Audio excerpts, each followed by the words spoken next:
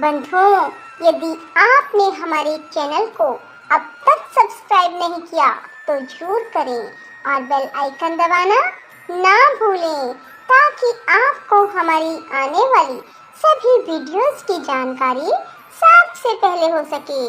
बंधुओं, वीडियो को पूरी सुनने के बाद कमेंट बॉक्स में जय तुलसी माता जरूर लिखें। बोलो तुलसी माता की जय हो। हमने आपके मुख से तुलसी के पत्र और पुष्प का शुभ महात्म सुना, जो भगवान विष्णु को बहुत ही प्रिय है। अब हम आपसे तुलसी की पुण्य में कथा को सुनना चाहते हैं। व्यास जी बोले, ब्राह्मणों, पहले स्कंद पुराण में मैं जो कुछ बतला आया हूँ वही यहाँ भी कहता हूँ। शतानंद मुनि के शिष्य कठोर व्रत का पालन करने वाले थे। उन सब ने एक दिन अपने गुरु को प्रणाम करके परम पुण्य और हित की बात पूछी। शिष्यों ने कहा, नाथ, ब्रह्मवेताओं में श्रेष्ठ आपने पूर्व काल में ब्रह्मा जी के मुख से तुलसी जी के जिस कथा का श्रवण किया था उसको हम सब सुनना चाहते हैं। शतानंद जी बोले, शिष्यगण, तुलसी जी का नाम उच्चारण करने पर ही असुरों का दर्प दलन करने वाले भगवान श्री विष्णु प्रसन्न हो जाते हैं। मनुष्य के पाप नष्ट हो जाते हैं, उन्हें अक्षय पुण्य की प्राप्ति होती है, जिसके दर्शन मात्र से करोड़ों गोदान का फल प्राप्त होता है। उस तुलसी का पूजन और वंदन लोग क्यों ना करें। कलयुग में संसार में वे मनुष्य धन्य हैं जिनके घर में शालग्राम शिला का पूजन संपन्न करने के लिए प्रतिदिन तुलसी का वृक्ष भूतल पर लहलहाता रहता है।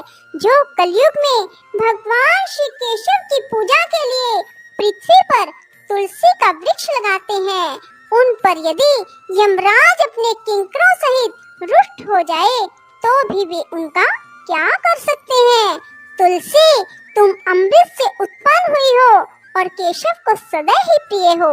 कल्याणी, मैं भगवान की पूजा के लिए तुम्हारे पत्तों को चुनता हूँ। तुम मेरे लिए वरदायिनी बनो। तुम्हारे श्री अंगों से उत्पन्न होने वाले पत्रों और मंजरियों द्वारा मैं सदा ही जिस प्रकार श्री हरि का पूजन कर सकूं वैसा उपाय करो। पवित्र अंगी तुलसी, तुम कलिमल का नाश करने वाली हो। इस भाव के मंत्रों से जो तुलसी दलों को चुनकर उनसे भगवान वासुदेव का पूजन करता है, उसकी पूजा का करोड़ों गुना फल प्राप्त होता है। देवेश्वरी, बड़े बड़े देवता भी तुम्हारे प्रभाव का गायन करते हैं। मुनि, सिद्ध, गंधर्व, पाताल निवासी, साक्षात नागराज, शेष, संपूर्ण देवता भी तुम्हारे प्रभाव को नहीं जानते। केवल भगवान विष्णु ही तुम्हारी महिमा को पूर्ण रूप से जानते हैं। जिस समय क्षीर समुद्र के मंथन का उद्योग प्रारंभ हुआ था, उस समय श्री विष्णु के आनंद अंश से तुम्हारा प्रादुर्भाव हुआ था। पूर्व काल में श्री हरि ने तुम्हें अपने मस्तक पर धारण किया। देवी, उस समय श्री विष्णु के शरीर का संपर्क पाकर तुम परम पवित्र हो गई। तुलसी, मैं तुम्हें प्रणाम करता हूँ। तुम्हारे श्री अंग से उत्पन्न पत्रों द्वारा जिस प्रकार श्री हरि की पूजा कर सकूं, ऐसी कृपा करो जिससे मैं निर्विघ्नता पूर्वक परम गति को प्राप्त हूँ। साक्षात श्री कृष्ण ने तुम्हें गोमती तट पर लगाया और बढ़ाया था। वृंदावन में विचरते समय उन्होंने संपूर्ण जगत और गोपियों के हित के लिए तुलसी का सेवन किया। जगत प्रिया तुलसी, पूर्व काल में वशिष्ठ जी के कथन अनुसार श्री रामचंद्र जी ने राक्षसों का वध करने के उद्देश्य से सरयू के तट पर तुम्हें लगाया था।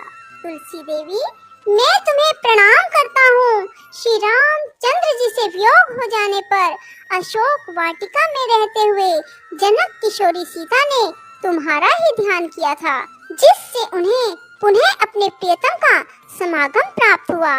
पूर्व काल में हिमालय पर्वत पर भगवान शंकर की प्राप्ति के लिए पार्वती देवी ने तुम्हें लगाया और अपनी अभीष्ट सिद्धि के के लिए तुम्हारा सेवन किया। तुलसी देवी, मैं तुम्हें नमस्कार करता हूँ। संपूर्ण दिवंगनाओं और किन्नरों ने भी दूर स्वपन का नाश करने के लिए नंदनवन में तुम्हारा सेवन किया था। देवी, तुम्हें मेरा नमस्कार है। धर्म अरण्य गया में साक्षात पितरों ने तुलसी का सेवन किया। दंडक अरण्य में भगवान श्री रामचंद्र जी ने अपने हित साधन की इच्छा से परम पवित्र तुलसी का वृक्ष लगाया। लक्ष्मण और सीता ने भी बड़ी भक्ति के साथ परम पवित्र तुलसी का वृक्ष लगाया। लक्ष्मण और सीता ने भी बड़ी भक्ति के साथ उसे पोसा। जिस प्रकार शास्त्रों में गंगा जी को त्रिभुवन व्यापिनी कहा गया है, उसी प्रकार तुलसी देवी भी संपूर्ण चराचर जगत में दृष्टि गोचर होती है। तुलसी का ग्रहण करके मनुष्य पातकों से मुक्त हो जाता है। और तो और मुनीश्वरों, तुलसी के सेवन से ब्रह्म हत्या भी दूर हो जाती है। तुलसी के पत्ते से टपकता हुआ जल जो अपने सिर पर धारण करता है, उसे गंगा स्नान और 10 गोदान का फल प्राप्त होता है। देवी, मुझ पर प्रसन्न होवो। देवेश्वरी, हरि प्रिय, मुझ पर प्रसन्न हो जाओ। क्षीर सागर के मंथन से प्रकट हुई तुलसी देवी, मैं तुम्हें प्रणाम करता हूँ। द्वादशी की रात्रि में जागरण करके जो इस तुलसी माँ की कथा को सुनता है, भगवान श्री विष्णु उसके 32 अपराध क्षमा कर देते हैं। बाल्य अवस्था, कुमार अवस्था, जवानी और बुढ़ापे में जितने पाप किए जाते हैं, वे सब तुलसी स्तोत्र के पाठ से नष्ट हो जाते हैं। तुलसी के स्तोत्र से संतुष्ट होकर भगवान सुख और अभ्युदय प्रदान करते हैं। जिस घर में तुलसी जी की इस कथा को सुना जाता है, पढ़ा जाता है, उसका कभी अशुभ नहीं होता, उसका सब मंगल ही होता है। किंचित भी अमंगल नहीं होता। उसके लिए सदा सुकाल बना रहता है। वह घर प्रचुर धन धान्य से भरा रहता है। तुलसी जी की इस कथा को सुनने से मनुष्य के हृदय में भगवान विष्णु के प्रति अविचल भक्ति होती है। उसका वैष्णवों से कभी वियोग नहीं होता। इतना ही नहीं, उसकी बुद्धि कभी अधर्म में प्रवृत्त नहीं होती।